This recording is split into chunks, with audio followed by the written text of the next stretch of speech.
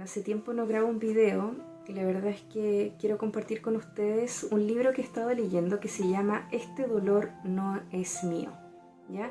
Hace tiempo que este libro rondaba en mis redes y muchas veces intenté leerlo, pero no me había decidido del todo. Pero ahora sí estoy leyéndolo y a la vez estoy escribiendo algunas ideas para poder comentarlas con ustedes, ¿ya? Así que bueno, partiendo por explicarles un poquito que este libro se trata básicamente de lidiar, ¿cierto?, con un dolor que es ajeno.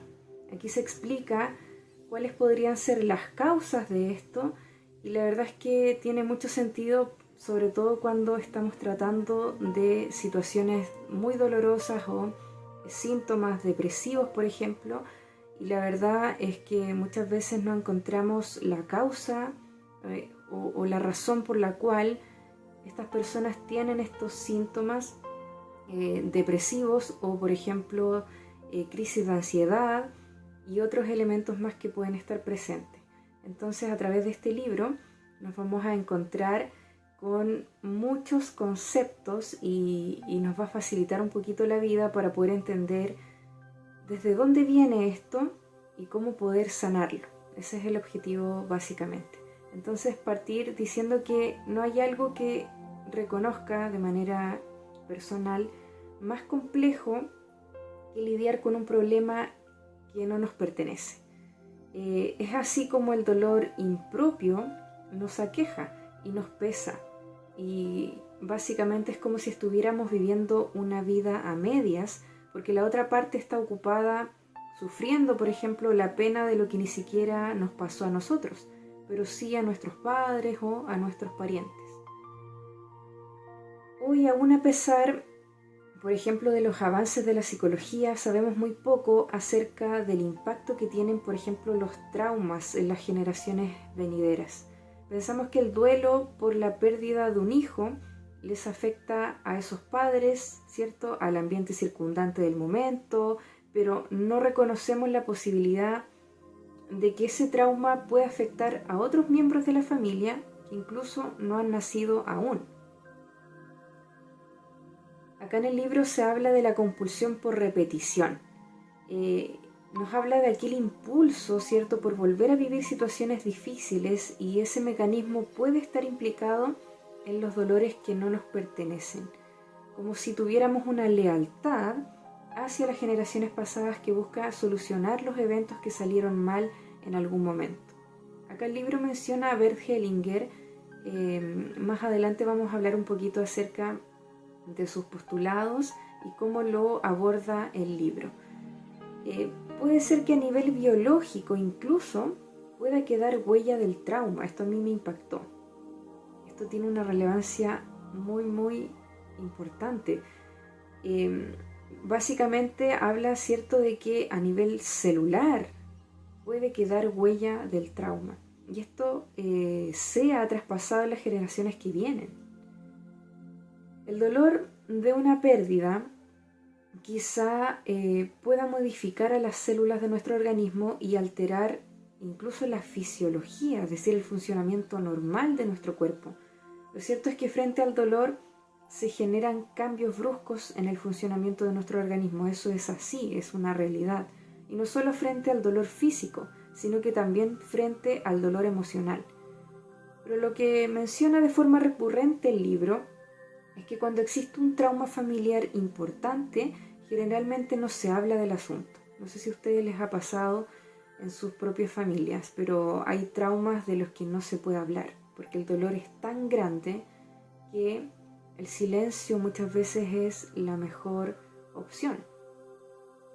Se silencia la experiencia dolorosa como si nunca hubiera ocurrido incluso. Esto me hace recordar mucho los postulados de, como les decía anteriormente, de Bert Hellinger, y el hecho de que salgan a flote en otras vidas los traumas y acontecimientos no reconocidos y procesados por los otros miembros de la familia. Esto es realmente triste, porque puedo reconocer la importancia y la necesidad del trabajo de conciencia aquí. Si una persona que sufre un trauma y no ha trabajado en sí misma, por ejemplo, probablemente sea quien entierra el evento y lo sepulte, ¿cierto?, en la oscuridad, mientras que alguien que sea activo en su propia conciencia no va a actuar de la misma manera. Podrá quizá llegar a un punto de reflexión y transmutar, aun cuando sea en parte, este dolor. Con esto reconozco también la difícil misión de poder vivir un proceso doloroso con la suficiente entereza para sanar y eliminar la repetición. Entiendo desde mi propia experiencia lo truncado del camino. Esto no es fácil. Y más aún cuando pensamos que no tenemos las herramientas de inteligencia emocional como para poder vivir esto como realmente tiene que ser vivido. Y aquí me cuestiono y me pregunto, ¿será que la repetición se produce por una incapacidad de atravesar el proceso como debiera hacerse? No es tan solo el silencio por la grandeza del trauma, sino que pasado el tiempo, cuando se reducen las emociones fuertes, aún ese dolor no se procesa y queda detenido el avance. El viajar a esas aguas profundas para sostener la vivencia y aceptar que todo el asunto va a requerir un tiempo, que también atravesar la situación implica amor propio, porque sin él no vamos a tener la suficiente empatía para tratarnos bien y evitar la culpa, que es uno de los elementos que casi siempre está presente, sobre todo en los duelos, en las pérdidas. La culpa, que es este elemento que suele retrasar y también congelar el proceso. Pienso que aquí es donde se encuentra lo crucial para poder identificar por qué algunos traumas se repiten en las familias y otros no lo hacen. Evitar la repetición significa hacer las paces con lo que salió mal y dejarlo ir, muy a pesar de que queramos realizar cualquier acto para cambiar los eventos que nos llevaron a la experiencia de trauma. Simplemente no se puede cambiar lo que salió mal. Quizás si lo veamos desde el punto de vista del karma, esto tiene un poco más de sentido, pues la ley de compensación intenta equilibrarlo todo. Pero siento que sería una espiral eterno que solo trae dolor y que nunca va a traer paz. En algún momento, en algún punto esto tiene que terminar. En algún momento tenemos que aprender la lección que necesitamos aprender y dar por finalizadas las repeticiones. Entonces, ¿qué será que aún no hemos aprendido? ¿O de qué forma se debe enfrentar el dolor para que ningún otro miembro de la familia tenga que volver a experimentarlo? Hasta que se cierre este círculo vicioso. ¿Es tan solo el reconocimiento del trauma o quizá vivir el proceso sin escapar del dolor? O tal vez sea que tenemos que aprender a desapegarnos de lo que sea que suceda, teniendo en cuenta que el dolor es pasajero, manteniendo la idea de la eternidad junto a nosotros quizá. Son interrogantes que, teniendo respuesta, nos podrían dar luz en momentos tan complejos como un trauma o como una pérdida significativa. Acá el autor menciona que a veces los traumas son tan grandes que no es posible resolverlos en una sola generación. Y por eso pasa a la siguiente. El problema es que esa última generación no puede avanzar, y esto es muy real, no puede avanzar o tener ese potencial 100% para poder caminar en su propio camino, para poder avanzar con sus propios temas. Y tiene que quedar de alguna forma atorada en un limbo de dolor que muchas veces es más difícil aún de tratar porque no está presente el trauma en sí que justifique el dolor que siente aquella persona. Si no trabaja conciencia, probablemente no se dé cuenta nunca que el dolor que siente no le pertenece, sino que está viviendo el dolor de a lo mejor algún familiar, de alguna persona cercana. Si no tenemos cierta conciencia de los traumas familiares, es complejo encontrar el porqué del sufrimiento personal. Y esto hace muy difícil cualquier terapia psicológica, por ejemplo. Hace muy difícil llegar a la sanación porque Si no hay una justificación del por qué estoy sufriendo, esto me puede llevar a confusión, a sentir incluso culpa, porque pienso que hay algo que está mal en mí y por eso estoy sufriendo constantemente. Y me culpo y me rechazo continuamente por ese sufrimiento. Entonces, ¿de qué manera voy a sanar si estoy en ese limbo, si permanezco en ese pensamiento de manera continua? Es ahí el punto. Entonces, la clave para resolver todo esto es que aprendamos a vivir los procesos dolorosos y los traumas. Difícil misión. Entonces, cada vez que ocurran, vamos a tener que aprender a vivirlo porque no podemos evitar el dolor. Ya vivimos todavía en este plano, en el 3D, donde ocurren ciertas cosas y vamos a tener que aprender a lidiar con esta dualidad del bien y del mal. Nunca vamos a poder, por ejemplo, evitar una muerte, porque es parte de la vida. Entonces lo que nos queda es ser inteligentes emocionalmente para atravesar el proceso sin, por ejemplo, desmoronarnos, sin evitar lo que se debe experimentar a causa de ese gran dolor. Pero esto no es fácil. Esto, hablarlo quizá es mucho más fácil que poder experimentarlo y poder atravesar ese proceso.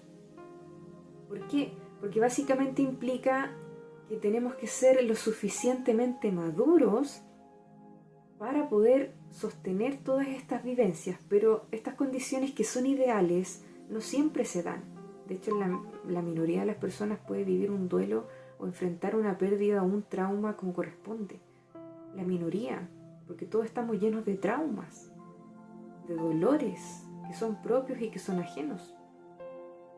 Entonces, la mayor parte de las personas aún tenemos ciertos inconvenientes en enfrentar situaciones límite porque también nuestros propios traumas se interponen y nos hacen más difícil la tarea aún.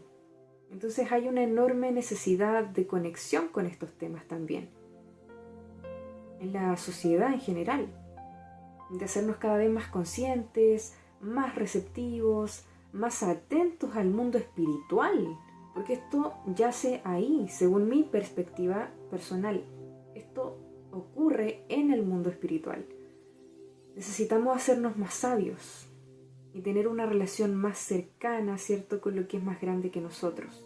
Llamémosle Dios, llamémosle luz, llamémosle universo, etc. Pero necesitamos conectarnos con eso.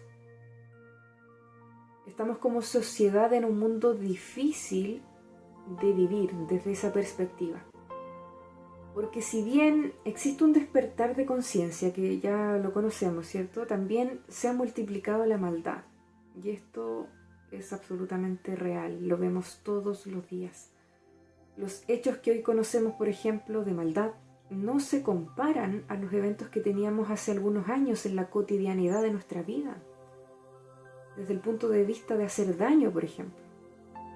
Entonces hay una masa crítica también de personas que están en el proceso de sanación de ellos mismos, del mundo como tal, que están haciendo un hermoso trabajo acá. Personas en YouTube también, personas fuera de las redes sociales, quizás ni siquiera conocemos, pero que están haciendo un trabajo muy, muy importante de sanación. Y la verdad es que eso es maravilloso, pero también existen personas que están provocando mucho daño. Entonces tenemos un desequilibrio, ¿cierto?, que nos lleva a preguntarnos qué nos falta para que elevemos la vibración. Y precisamente faltan más personas que se levanten y creen comunidad, porque de manera general sabemos que sanamos en comunidad. ¿Y por qué? Porque en realidad compartimos nuestro ADN, nuestras células, estamos conectados. Entonces, para poder sanar, necesitamos poder sanar a través de la comunidad. Entonces, estas personas que todavía no se levantan, que pueden ser ustedes mismos que están oyendo esto, tienen que levantarse y crear comunidad. Comunidades de diferente índole, pero que se asocian con la sanación, ¿ya? Que sanen mientras avanzamos a una mejor perspectiva. En todo esto el ego se interpone, porque me imagino que siempre tenemos a nuestro lado a nuestros guías también que están haciendo un valioso trabajo para ayudarnos a elevar nuestras conciencias. pero por supuesto que el ego va a estar siempre presente. Es algo que vamos a tener que lidiar con esto hasta que pasemos al otro plano, ¿ya? A modo personal, creo que una de las influencias más importantes de traumas heredados son recibidos a través de la madre. Esto es algo personal. Yo sé que el libro también menciona la importancia que tiene la transmisión a través del padre, pero me quiero quedar un poquito cercana a este punto de la madre, porque básicamente me refiero a la simbiosis que se genera en el útero, estando el bebé en formación. Esto es solo es posible a través de la madre, ¿cierto? Cuando este bebé está en gestación. Se conoce que en esta interacción llega sangre, ¿cierto? Lógicamente, y una serie de elementos hacia el embrión, hacia este feto, desde el cuerpo de la madre, para poder alimentar, ¿verdad?, a este embrión o a este feto para que continúe su desarrollo, su crecimiento. Y bueno, el libro menciona que se han publicado algunos estudios que demuestran cómo puede influir las experiencias traumáticas sobre la expresión genética y la manera en que esto puede afectar a la siguiente generación. De hecho, el libro menciona muchísimos estudios relacionados con esto y la verdad es que para mí es maravilloso que se pueda contar con esto, que existan personas que estén estudiándolo, que podamos tener más claridad acerca de estos traumas y cómo pueden ser pasados a otras generaciones, porque la verdad es que hay muchos síntomas que no se puede determinar su causa y eso también perjudica la sanación. Así que me parece que es un punto muy importante a tener en cuenta, sobre todo si hablamos de terapia, sea cual sea. Tenemos que tener presente que la familia puede estar involucrada y esto también se expresa y ya está descrito de manera general en las enfermedades físicas. Esto ocurre así, enfermedades que son transmitidas, ¿cierto?, que son heredadas, enfermedades físicas, muchas de ellas, ¿cierto?, cardiovasculares, que están íntimamente relacionadas con esta herencia familiar y algunos elementos genéticos ahí incluso. Entonces, me parece que es una posibilidad muy importante poder estudiar desde el punto de vista de la ciencia todos estos elementos.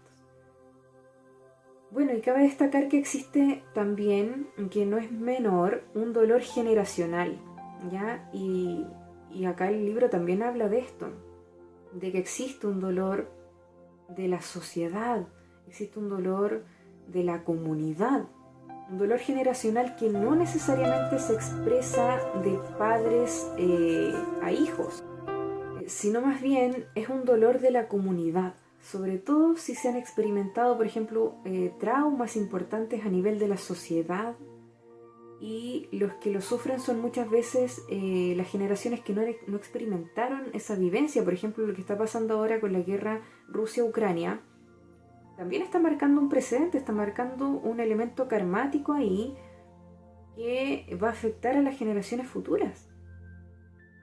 Y eso tiene lógicamente sus consecuencias muy impactantes, y también vamos a ver cuáles son, entre comillas, los beneficios que pudieran llegar a tener los traumas generacionales, porque siempre hablamos de la parte negativa tal vez, pero hay un elemento ahí que también nos puede ayudar, ¿ya?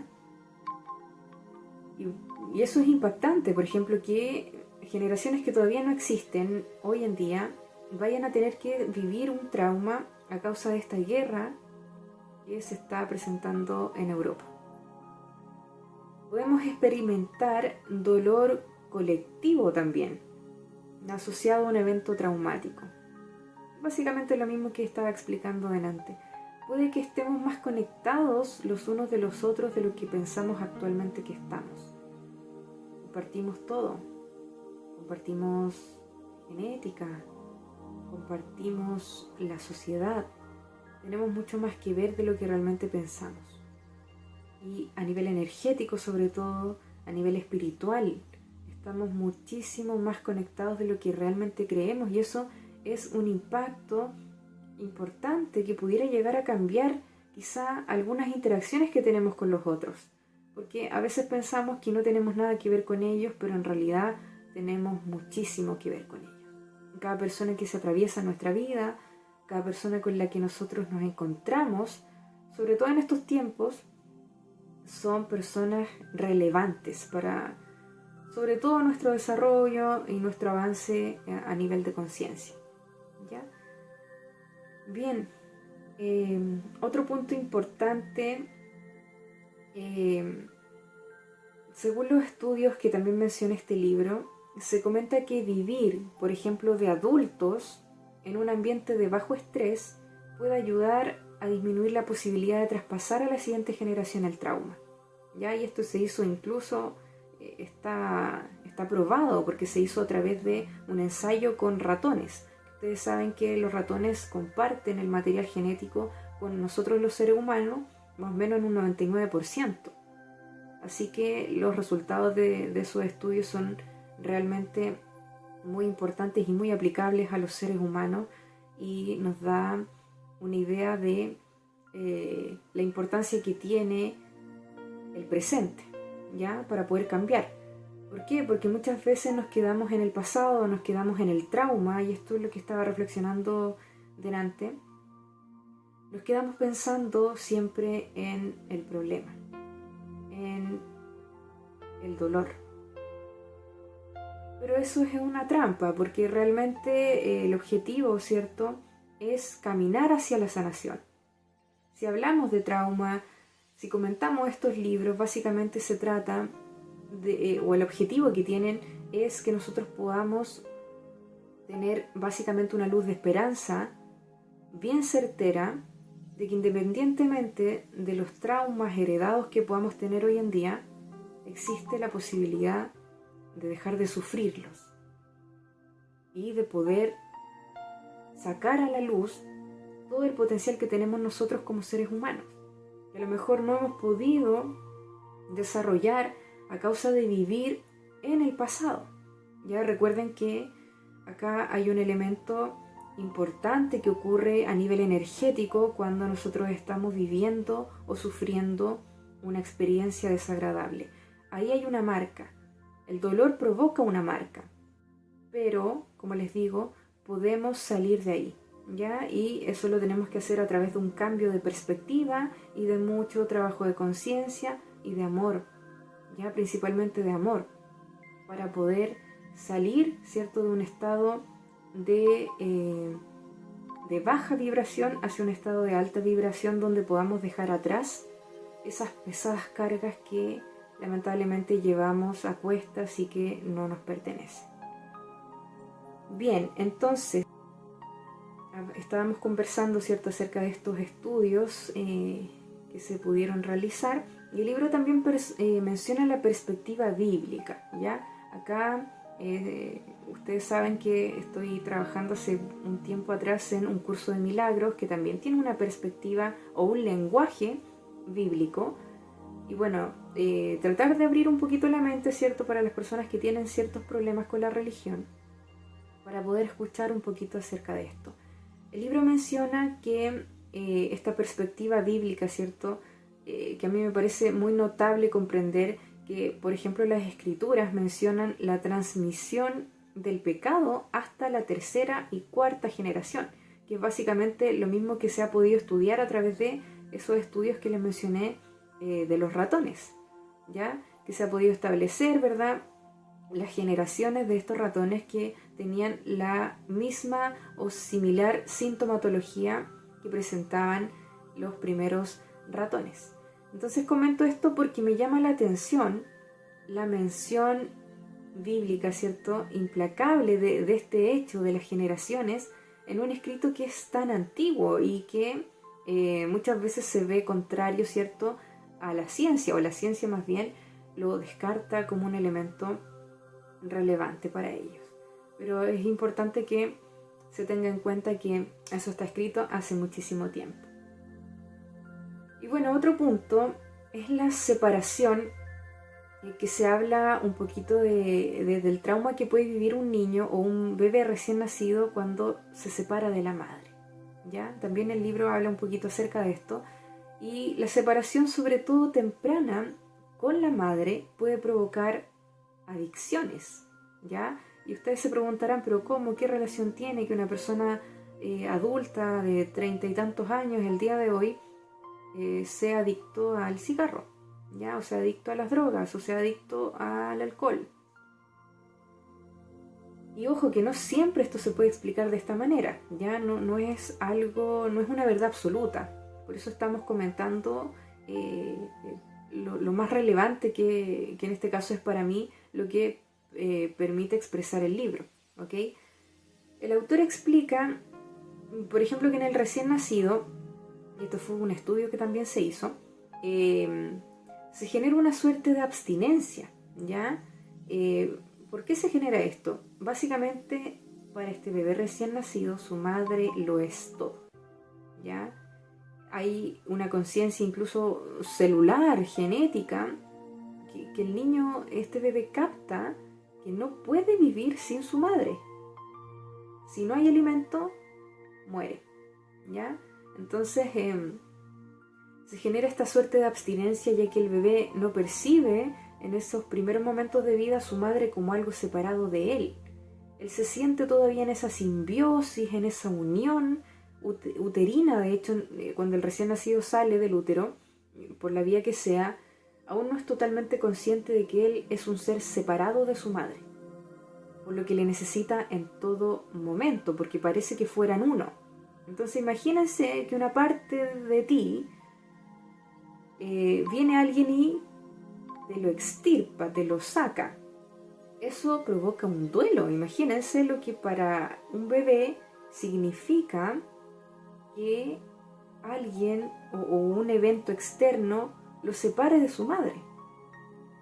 Muchas veces estas separaciones repentinas tienen que ver con algo que no se puede evitar, ¿ya? Que es algo muy normal, entre comillas, eventos necesarios como cuando se debe hospitalizar a la madre por X motivo o al bebé, ¿ya? Hay muchas razones por las cuales esto puede suceder, pero el problema es que el bebé no tiene la capacidad y la madurez ni biológica ni emocional de comprender el evento tal y como es, ¿ya? Solo percibe separación, percibe desarraigo, percibe abandono, percibe profunda tristeza e inadecuación. Más que percibirlo, lo siente. Entonces elementos que van a repercutir incluso toda su vida. ¿Por qué? Porque esto es un trauma muy grande para ese bebé. Y la persona lamentablemente a lo mejor no va a ser 100% capaz de comprender sus sentimientos y conductas derivadas de este hecho pasado. A lo mejor cada cierto tiempo tiene crisis de angustia, cuando una persona se va o discute con esta persona, siente un miedo impresionante, tiene miedo al abandono, tiene a lo mejor apego inseguro con algún tipo de relación. Y la verdad es que puede que nunca se dé cuenta 100% de por qué actúa así. Es por esto, por todo lo que yo he hablado, que se vuelve importante la resignificación. Esto se usa harto en terapia y básicamente consiste en darle un sentido diferente a los hechos pasados, que pueden ser generadores de profunda tristeza o de ira o de diferentes sentimientos. Resignificando, entonces vamos a poder entender que no nos abandonaron, por ejemplo. Eso no fue realmente lo que sucedió, sino que existió un evento que ocasionó el suceso, que no se podía cambiar, que era necesario, que no existió ni siquiera la intención de daño. Todo eso se puede realizar en terapia. Este sería creo yo, un buen primer paso para tratar estos temas, aunque creo que no se trata de una comprensión superficial, ¿ya? No es que vamos a entender superficialmente que, bueno, mi mamá tuvo que hospitalizarse y por eso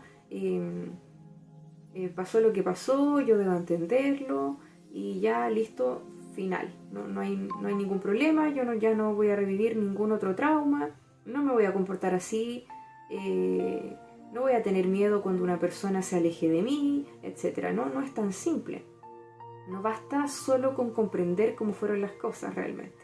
Hay que hacer algo con todo lo que se generó a partir de la experiencia, pues el dolor, debido a mi creencia, no es falsa, ¿ya? No sé si me explico. Yo tengo una creencia y actué en base a esa creencia. Actué y sentí y pensé. Todo eso que yo sentí, a pesar de que mi creencia es falsa, lo que yo siento no lo es, ¿ya? Y eso es súper importante tenerlo en cuenta. Tenemos que darle primeramente la importancia que tiene al sentimiento, a validarlo, a decir que finalmente existe, ¿ya? Hay que validar ese dolor y luego volver a la idea primordial de que nunca estuvimos separados, realmente. Acá, en este pequeño y gran punto a la vez, según mi perspectiva, es necesario que la persona se conecte con su lado espiritual, ya que no todo se puede entender ampliamente desde una perspectiva objetiva, y eso es una realidad. Muchas cosas escapan al entendimiento si solo nos enfocamos en los hechos. Por eso acá la persona va a tener que conectarse con su parte más espiritual para poder llegar a comprensiones mucho más profundas de lo que realmente aconteció. Y bueno, siguiendo un poquito con lo que estábamos comentando acerca del libro, como ya les había dicho anteriormente, menciona a Hellinger y su postura, ¿cierto?, de que los traumas generacionales se deben a una lealtad inconsciente que hace que la historia familiar se repita una y otra y otra y otra vez. Postula que Hellinger creía que cada uno de nosotros somos responsables, y aquí es súper importante esa palabrita, somos responsables por nuestra historia, cada uno de nosotros. Que nadie más puede venir a hacerse cargo de lo que a nosotros nos quedó pendiente. Y ahí entonces nos ponemos a pensar cuántas veces hemos querido hacernos cargo de algo que no nos pertenece. Probablemente, según esta postura, dice que las personas que tenemos traumas heredados estamos cargando con una mochila que no nos pertenece, ¿cierto?, sosteniendo un peso que no es propio. Esto me hace recordar también, de nuevo volviendo a la perspectiva bíblica, cuando Jesús dijo: vengan a mí todos los que están cansados y que llevan cargas pesadas, y yo les daré descanso. Eso dice. Entonces esto significa que le entregas esa carga a quien realmente puede sostenerla, ya volviendo, ¿cierto?, a la fuente, volviendo desde o mirando esa carga, ¿cierto?, desde una perspectiva mucho más diferente, desde un punto de vista espiritual, pasándolesela básicamente a quien puede sostenerla y ya no seguir intentando llevarla nosotros, ya, porque no tiene sentido en teoría. Primeramente, esa mochila no te pertenece, y segundo, es demasiado pesada, ¿ya? Entonces ha hecho que te canses y alguien más puede llevarla sin cansarse. Entonces, ¿por qué motivo seguirías cargándola, por ejemplo, si ya sabes esto? Es como si dijera: ven a mí, ¿cierto?, entre paréntesis, a la conciencia superior, ¿verdad? Y entiende, comprende con sabiduría que ya no necesitas llevar la carga. ¿Me entienden? Cuando dice ven a mí, dice ven a mi conciencia, ven a mi entendimiento.